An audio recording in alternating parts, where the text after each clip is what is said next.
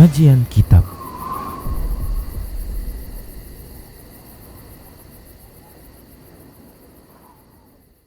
Bismillah, assalamualaikum warahmatullahi wabarakatuh.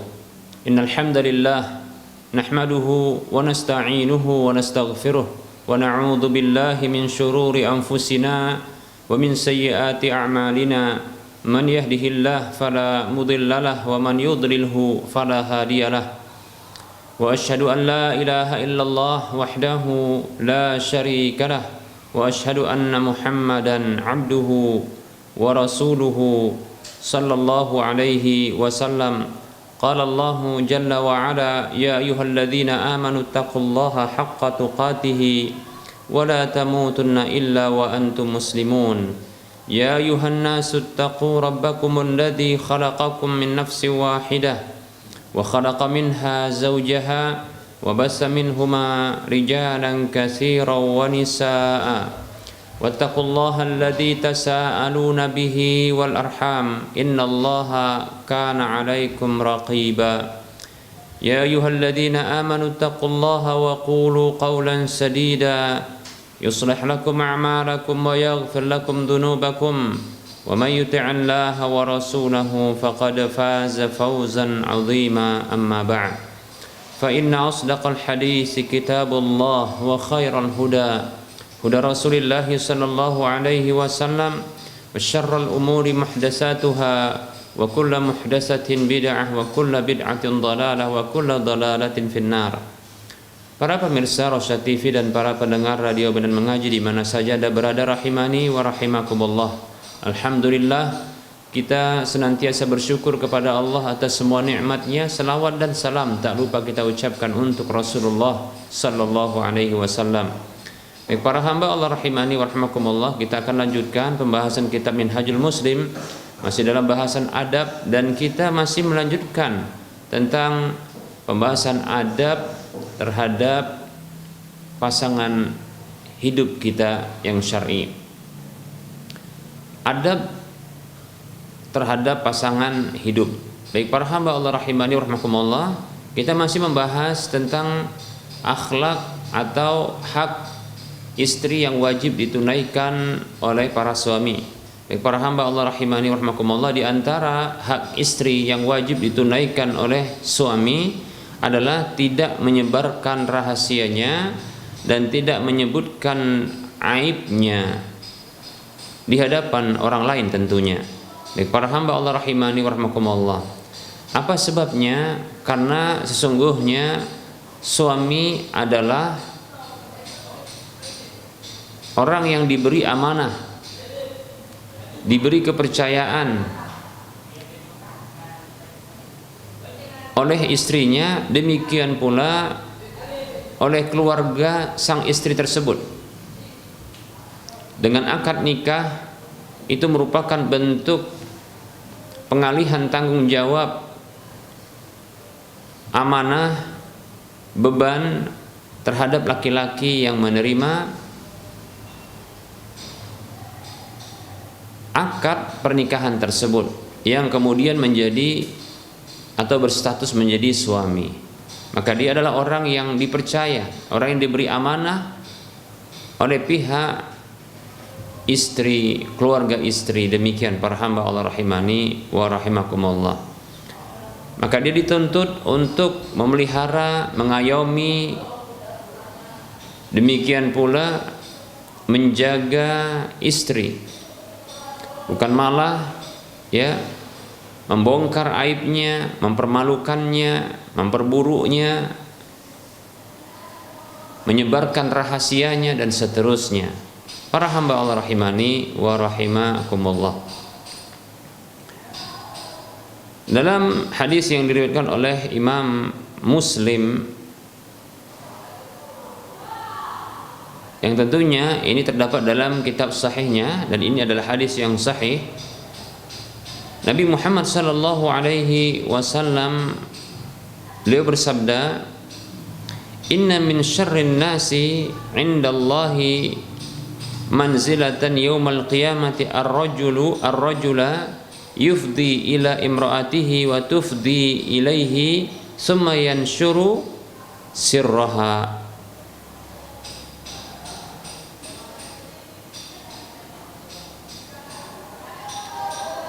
Nabi kita Muhammad sallallahu alaihi wasallam beliau bersabda yang artinya sesungguhnya termasuk orang yang paling buruk di sisi Allah Subhanahu wa taala kedudukannya pada hari kiamat kelak adalah seorang suami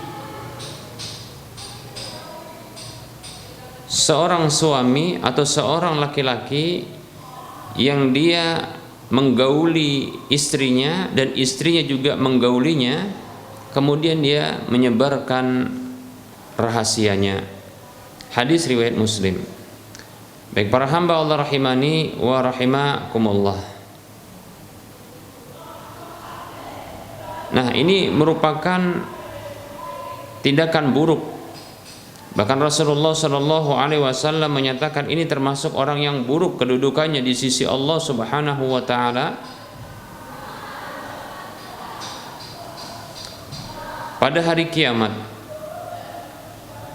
di mana yang menceritakan rahasia istrinya ketika berhubungan badan dengannya, bahkan hal-hal yang terkait dengan kemolekan tubuh istrinya.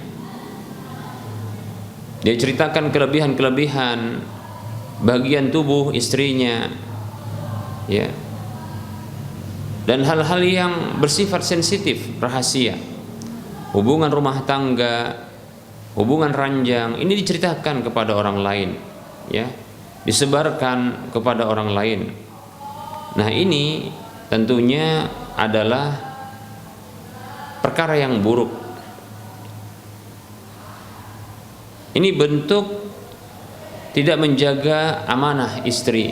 Ini merupakan bentuk, ya, kezaliman terhadap hak istri. Baik para hamba Allah rahimani wa rahimakumullah.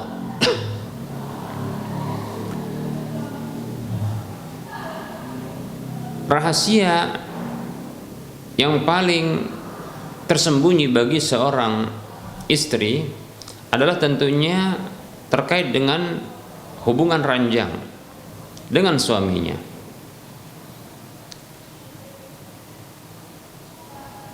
Oleh karenanya Rasulullah SAW memperingatkan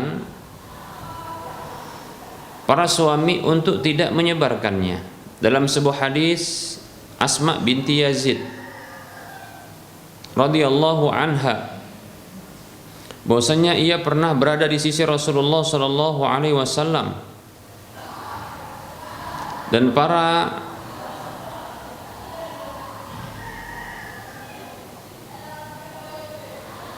laki-laki, demikian pula para wanita itu duduk di sekitar Nabi sallallahu alaihi wasallam. Lalu Nabi sallallahu alaihi wasallam bersabda, la'alla rajulan yaqulu ma yaf'alu bi ahlihi wa la'alla imra'atan tukhbiru bima fa'alat ma'a zawjiha.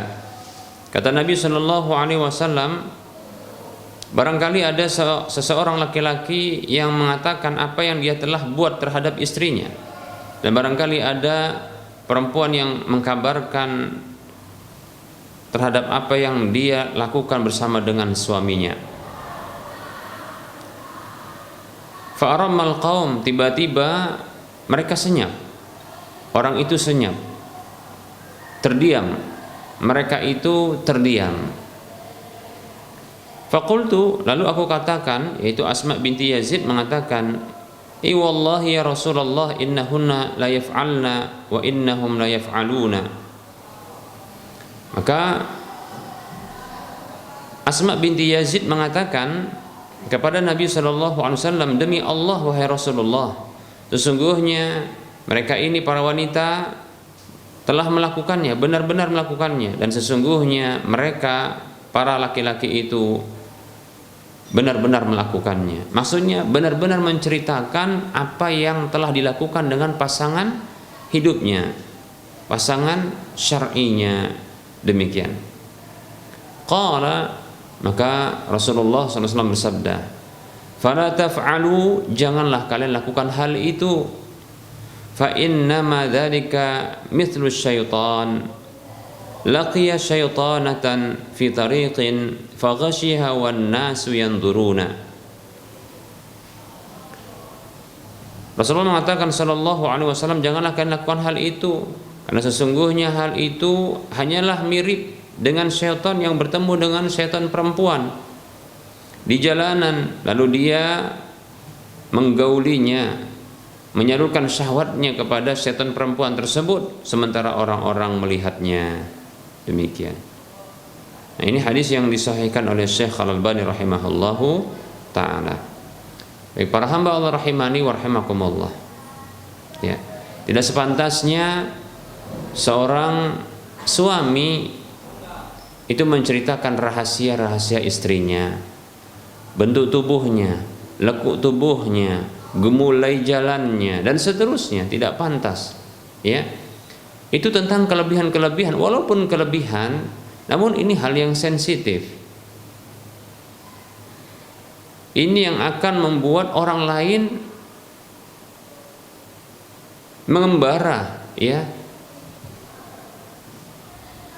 fikirannya dalam benaknya. Bagaimana mungkin dia akan, sangat mungkin dia akan, ya, orang yang mendengarkan ini dari kalangan laki-laki itu, dia akan membayangkan bagaimana bentuk tubuh sang istrinya. Itu orang menceritakan kondisi tubuh istrinya, walaupun itu merupakan kelebihan, tapi ini tidak layak. Ya,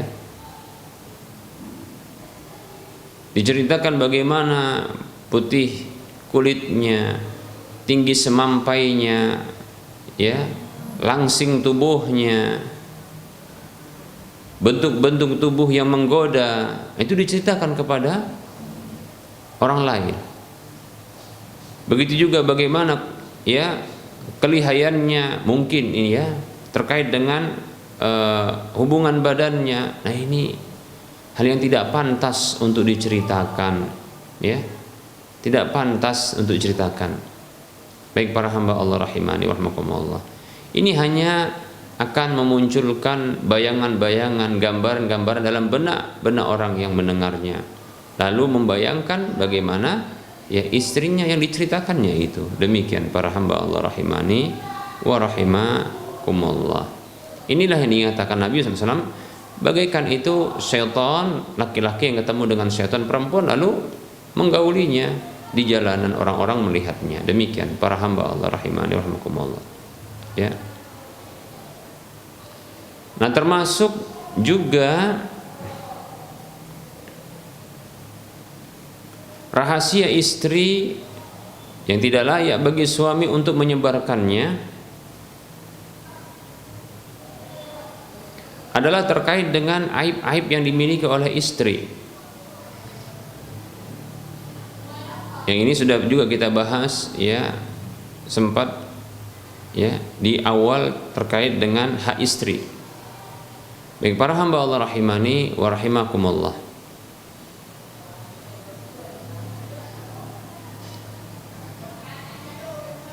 Aib cacat pada tubuh istri atau cacat pada akhlak istri, maka ini tidak boleh untuk diceritakan, disebarkan.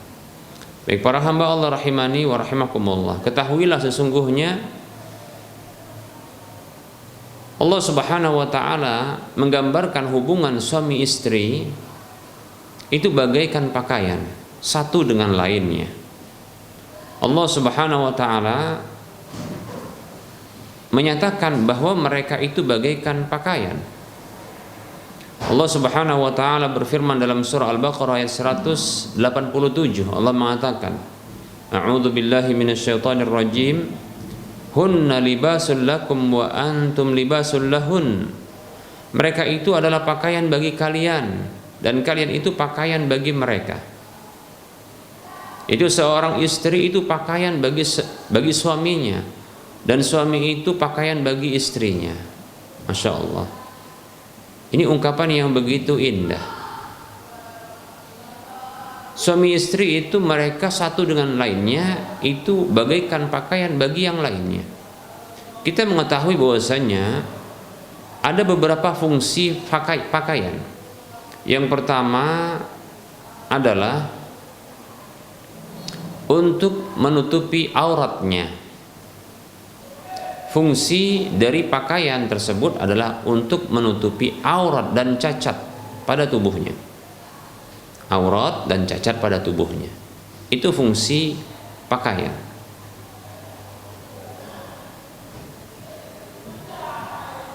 Kemudian yang kedua, fungsi pakaian adalah sebagai perhiasan.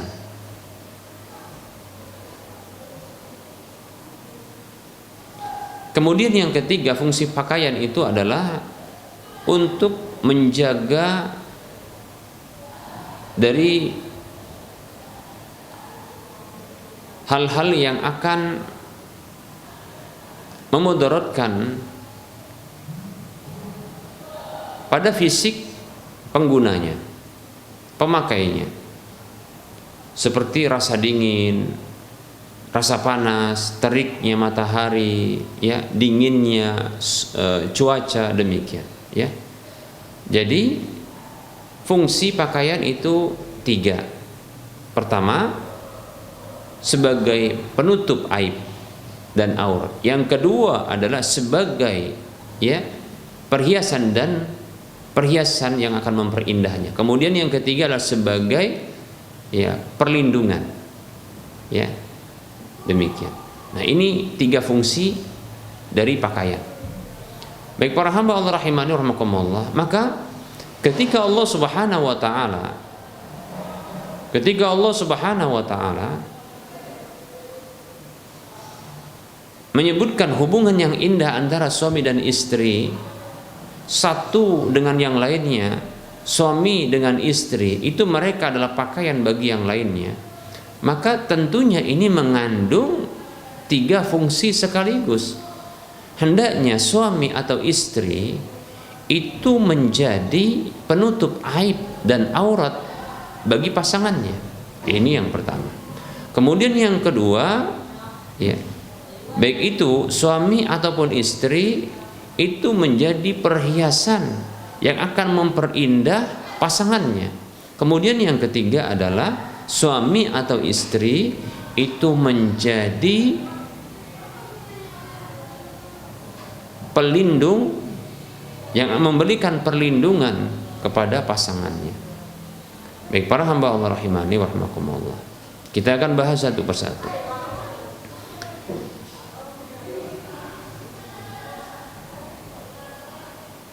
Pakaian itu berfungsi sebagai penutup aurat, penutup cacat, aib pada tubuh.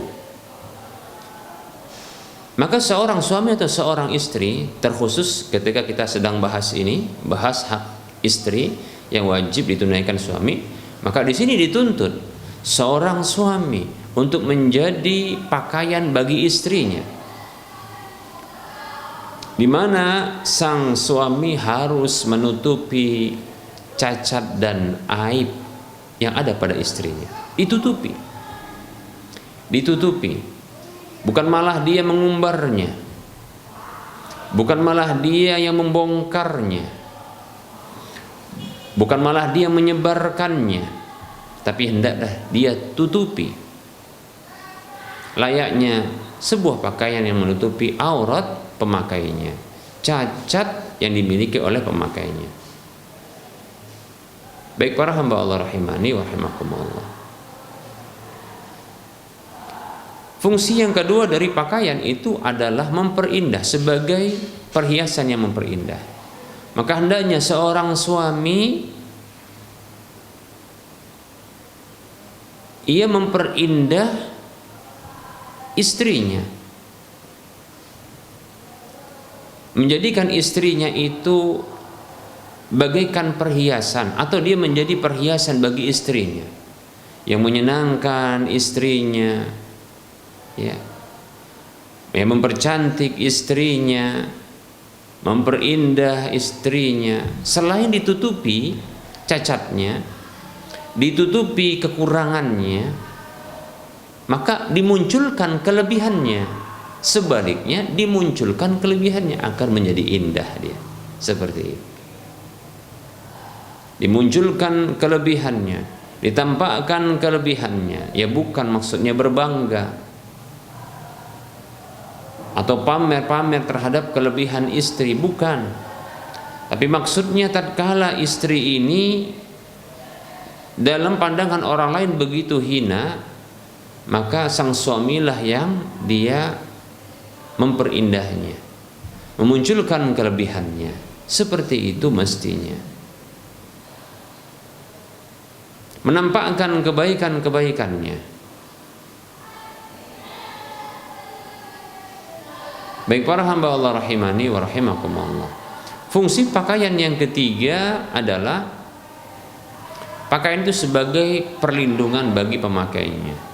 Maka hendaknya seorang suami yang dinyatakan oleh Allah sebagai pakaian bagi istri, maka hendaknya dia memposisikan diri untuk menempati fungsi memberikan perlindungan bagi istri. Demikian, melindungi istri dari apa saja yang mengancam dirinya, melindungi istri yang akan mengganggunya, dari apa saja yang mengganggunya, melindungi istri dari apa saja yang akan menyakitinya. Baik para hamba Allah rahimani wa rahimakumullah. Demikian, ya. Demikian hendaknya para suami, mereka ini ya menjadi pakaian bagi istrinya dengan menempati 3 fungsi. Yang pertama, menutupi cacat dan kekurangannya. Kemudian yang kedua adalah memperindah istrinya, menjadi perhiasan bagi istrinya, menyenangkan istrinya. Kemudian yang ketiga adalah ya menjadi ya pelindung bagi istrinya dari segala hal yang membahayakannya, ya, yang mengganggunya dan menyakitinya. Wallahu ta'ala a'lam. Baik para hamba Allah rahimani wa rahimakumullah, barangkali ini materi singkat yang bisa kita sampaikan pada pertemuan kali ini. Insyaallah ta'ala masih kita akan lanjutkan pembahasan tentang hak-hak istri yang wajib ditunaikan oleh suami pada pertemuan yang akan datang. Kita buka sesi soal jawab. Bagi para pemirsa yang ingin berinteraktif dengan kita, silakan hubungi nomor layanan kami 08228888 6630. Silakan juga untuk ya mengajukan pertanyaan lewat chatting WhatsApp bila tidak ingin berhubungan, ya, untuk bertanya langsung. Baik, barangkali sudah ada penanya yang masuk, dipersilahkan ya, dengan siapa dan dari mana, monggo silakan.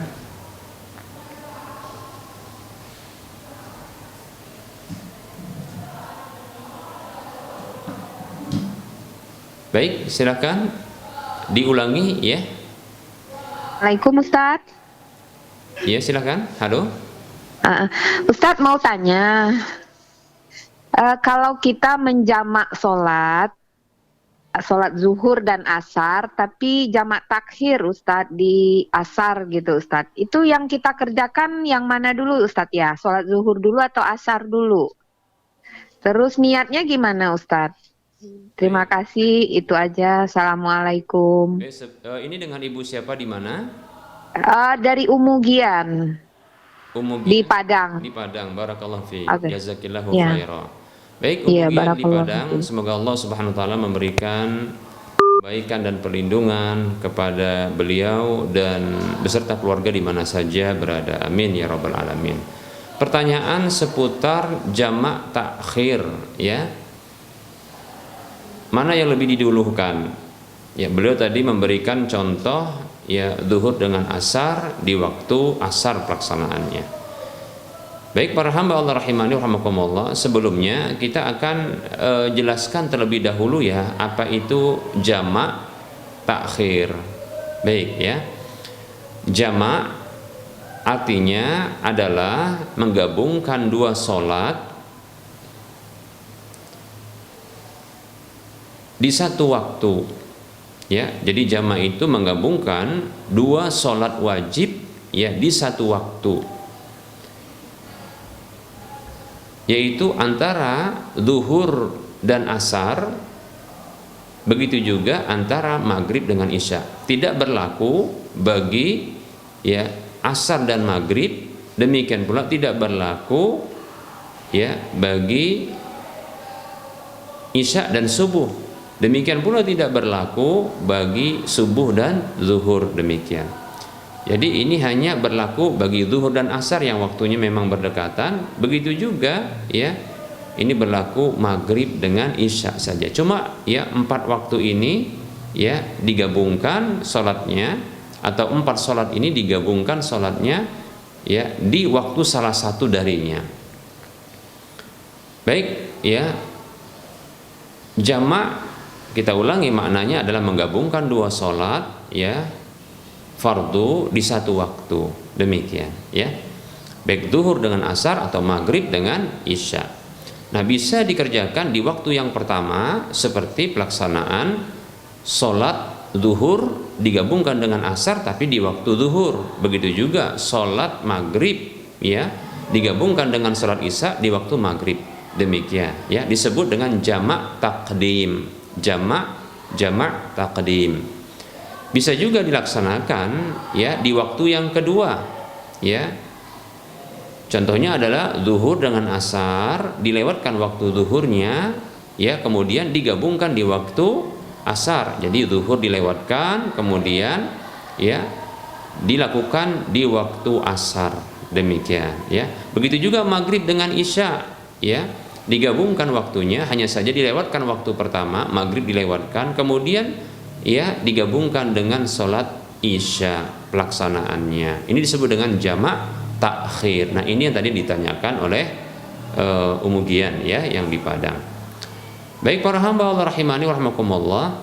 Nah, kita ya perlu mengetahui apa alasan atau udzur ya untuk membolehkan digabungkannya sholat ini ya. Di antara hal yang dibolehkan atau hal yang membolehkan untuk digabungkan sholat tersebut adalah karena safar. Begitu juga karena sebab hujan, demikian. Atau karena sebab sakit. Baik ya. Baik, sekarang kita menuju kepada kasus yang ditanyakan oleh Umugian di Padang. Manakah yang lebih dahulu dikerjakan apabila dilakukan jamak takhir, yaitu menggabungkan sholat di waktu yang kedua, yaitu waktu yang terakhir.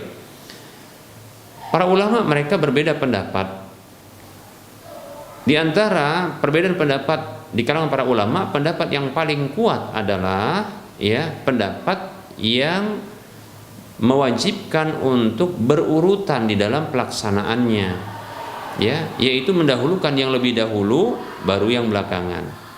Yaitu bila melakukan sholat di waktu yang kedua atau menggabungkan sholat di waktu yang kedua, maka dikerjakan ya terlebih dahulu adalah sholat yang telah masuk waktunya terlebih dahulu. Yaitu apa? Yaitu sholat yang di waktu pertama.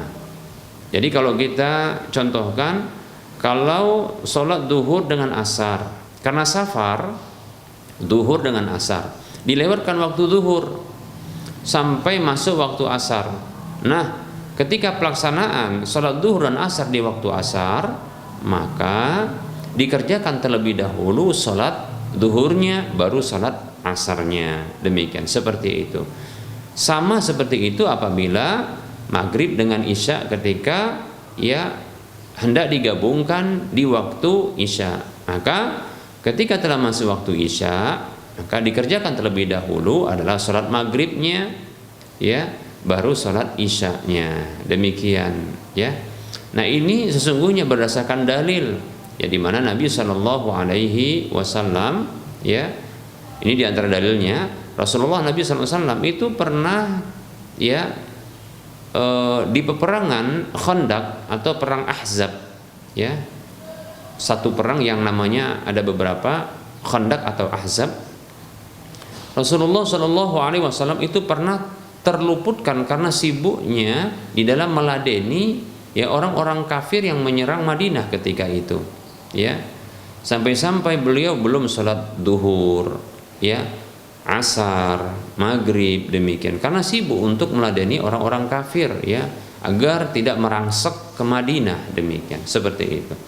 Nah, ketika sudah ya mulai reda dan tenang peperangan di malam hari, maka Rasulullah SAW menggabungkan sholat dengan memulai sholat yang pertama yang terluputkan, zuhur, asar, nah seperti itu. Jadi berurutan dia seperti itu, ya. Nah, semoga ini bisa dipahami, ya. Nah, ini jawabannya untuk umugian, ya, di Padang. Demikian pula untuk ya saudara-saudara dan saudari-saudari yang memiliki ya kasus yang sama. Wallahu ta'ala alam. Baik, silakan bagi para pemirsa yang lainnya ingin berinteraksi langsung, bertanya, dipersilahkan.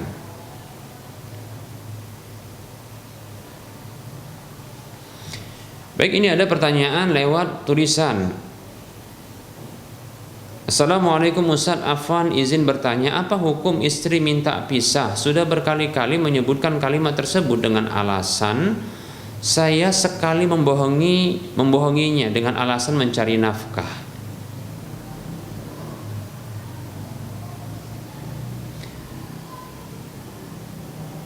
Waalaikumsalam warahmatullahi wabarakatuh. Berbohong tentunya merupakan dosa. Karena itu merupakan sifat orang munafik. Nabi SAW bersabda, ayatul munafiqi salasun, tanda orang munafik itu ada 3. Idza haddasa kadzaba wa idza wa'ada akhlafa wa idza tumina khana. Hadis riwayat Muslim dan yang lainnya. Tanda orang munafik ada 3, apabila berbicara ia dusta, apabila berjanji ia mengingkari, apabila dia diberi amanah dia khianat, demikian, ya.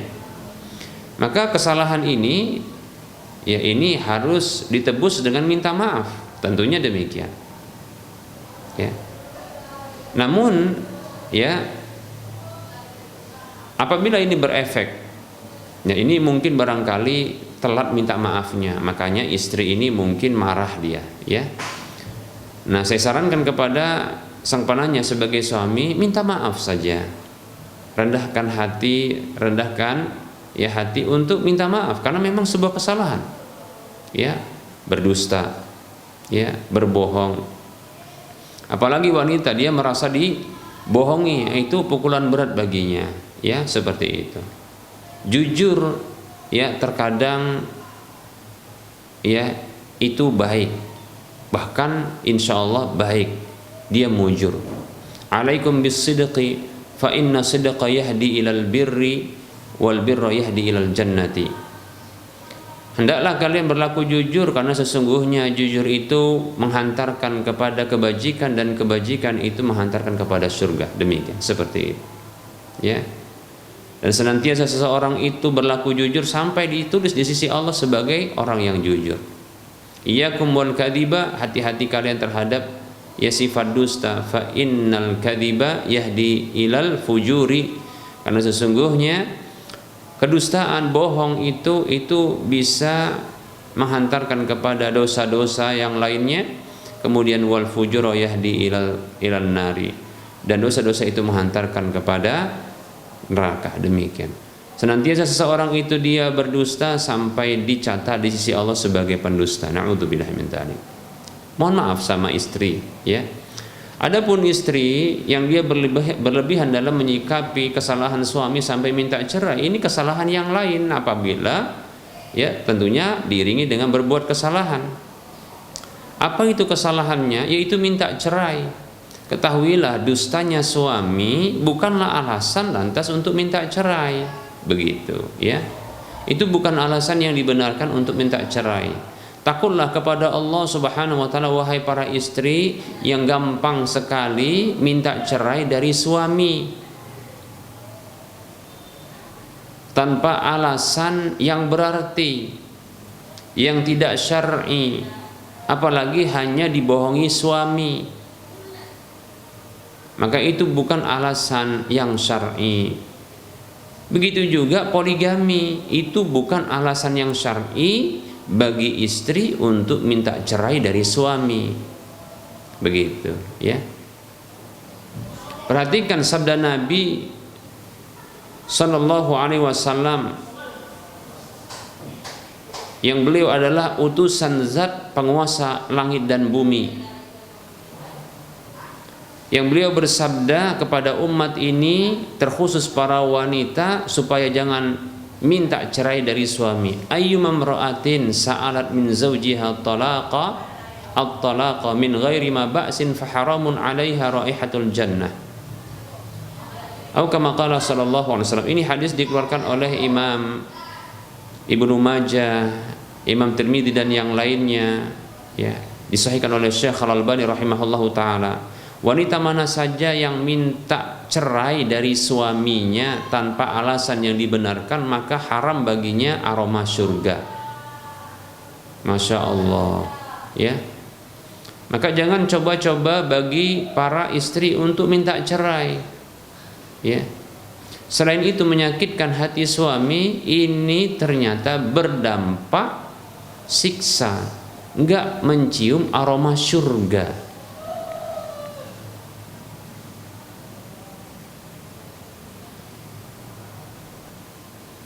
Maukah kita kehilangan nikmat surga dengan aromanya yang hanya mungkin karena bohongnya suami terhadap dirinya, yang sakitnya cuma mungkin sebentar saja. Nggak dipungkiri memang dibohongi suami sakit gitu ya, tapi kan cuma sebentar itu ya. Jangan pula sampai itu mendorong untuk minta cerai dari suami berulang-ulang lagi ya. Demikian ya. Coba bertindak itu atas dasar pertimbangan syar'i, jangan perasaan diri ya. Kalau kita bertindak atas dasar perasaan diri kita sendiri, maka kita akan rugi ya. Tapi hendaknya kita bertindak atas dasar pertimbangan syar'i, bukan hanya juga pertimbangan akal, tapi juga pertimbangan syar'i. Demikian ya. Semoga Allah Subhanahu wa taala menyatukan kembali ya sang penanya dengan pasangan hidupnya dalam rumah tangga yang sakinah mawaddah warahmah. Demikian pula kita semuanya. Amin ya rabbal alamin.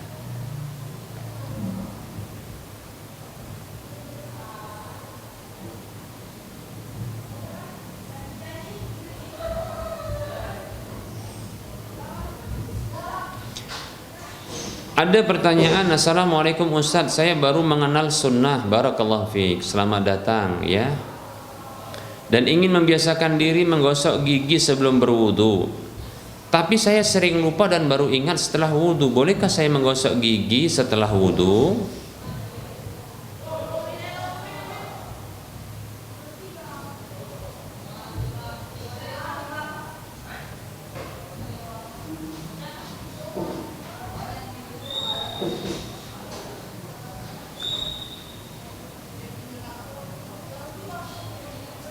Waalaikumsalam warahmatullahi wabarakatuh. Membersihkan mulut dan gigi secara syar'i disebut dengan siwak ya. Siwak ini sunnahnya. Hanya saja di zaman Nabi dahulu ada namanya kayu siwak atau batang siwak, yaitu batang dari sebuah pohon atau akar dari sebuah pohon yang disebut dengan pohon arok ya, yang fungsinya adalah untuk bersiwak, membersihkan mulut dan gigi.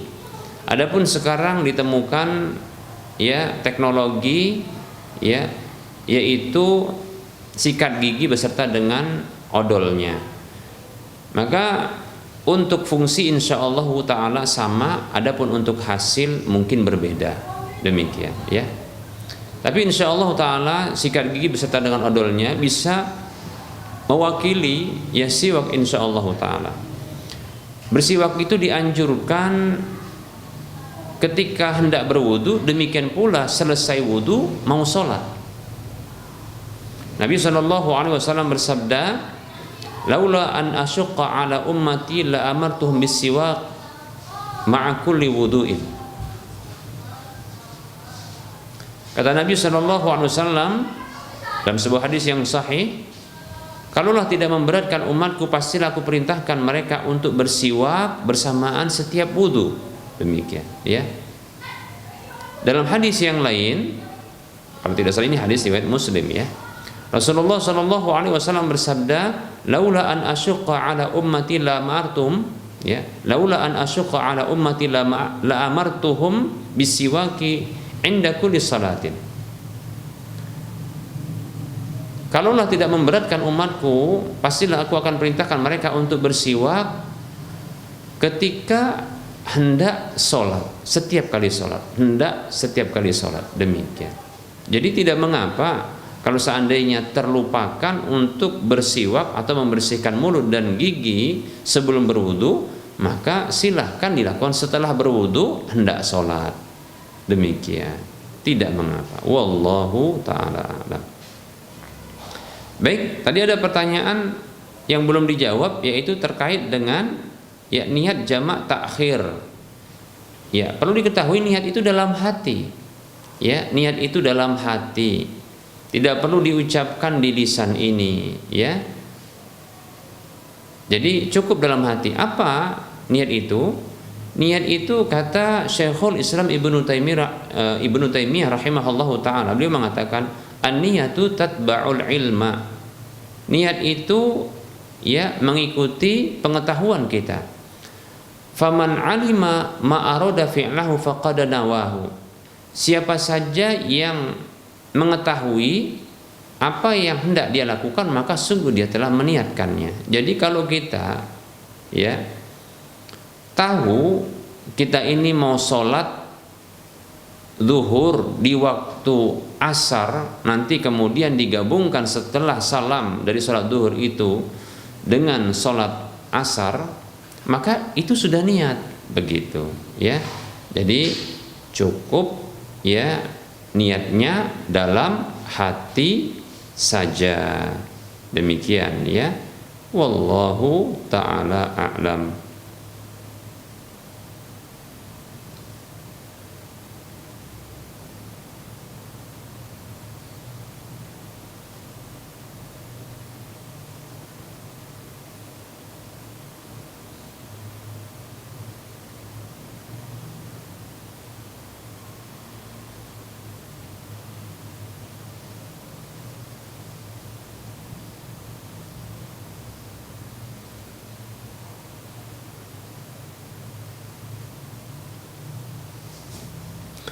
Ada pertanyaan, bismillah, assalamualaikum warahmatullahi wabarakatuh.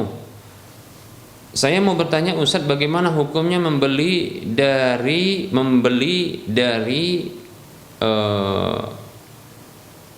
GoFood atau GrabFood yang mendapatkan diskon dari setiap toko kepada pembeli yang bayar cash kontan dengan memasukkan voucher tertentu.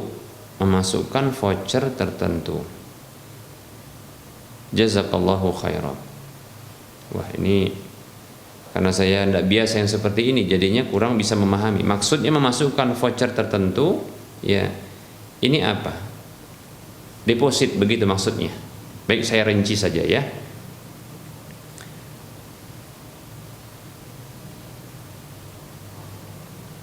Waalaikumsalam warahmatullahi wabarakatuh. Jadi membeli barang-barang atau keperluan-keperluan lewat aplikasi GoFood atau GrabFood atau yang semisalnya ya, GoSend atau yang semisalnya, atau ya, pokoknya yang ada aplikasi ya. Namun pembayarannya ya itu tidak melalui aplikasi GoPay, OVO, atau dompet-dompet e-wallet ya. Kita katakan ini dompet digital begitu ya.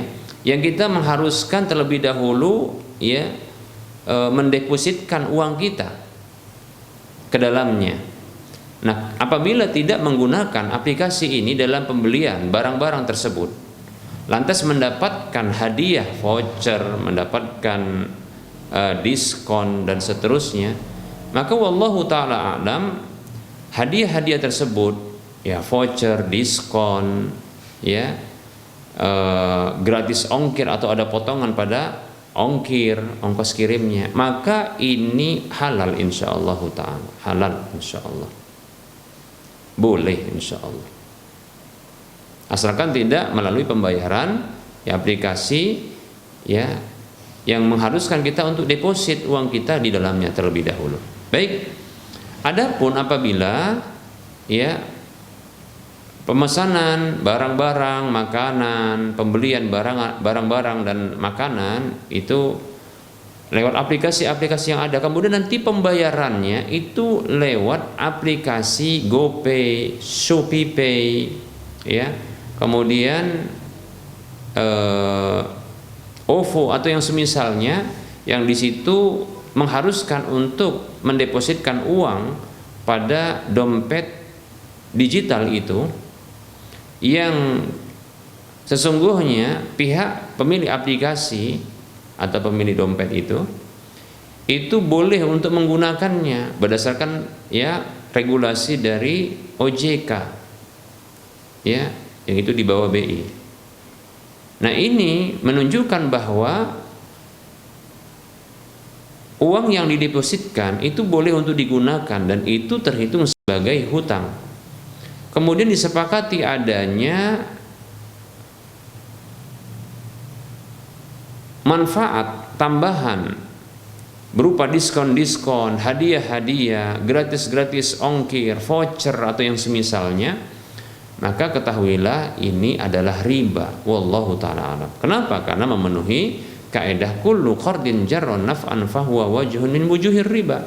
Setiap hutang piutang yang menarik keuntungan apa saja, maka ya itu merupakan salah satu dari bentuk riba. Disepakati nanti ada vouchernya, nanti ada diskonnya, nanti ada potongan harga dan semisalnya, maka wallahu ta'ala alam ini terhitung ya adalah tambahan atas hutang, manfaat atas hutang, maka itu adalah riba yang disebut dengan riba al-qard, demikian ya. Wallahu ta'ala a'lam.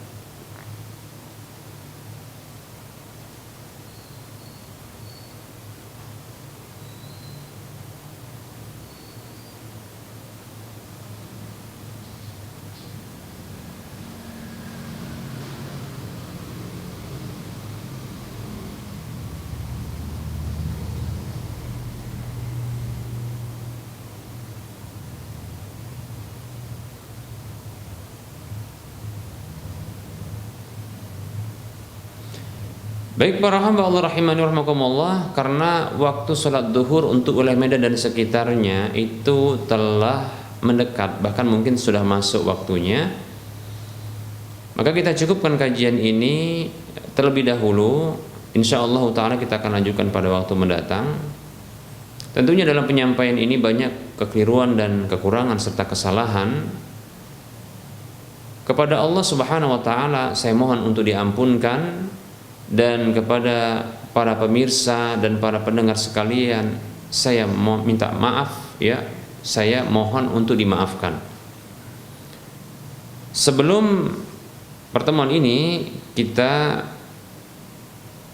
akhiri, terlebih dahulu kita memberikan motivasi seperti biasa untuk berdonasi, membebaskan lahan yang nantinya akan dibangun di atas lahan ini Masjid Al-Muwahhidin untuk wilayah Medan dan sekitarnya, yang akan dimanfaatkan nantinya untuk sholat 5 waktu, untuk kajian-kajian, event-event daurah dan seterusnya. Demikian pula kegiatan-kegiatan sosial yang lainnya. Kekurangan dana kita sekitar 3,3 sekian miliar rupiah.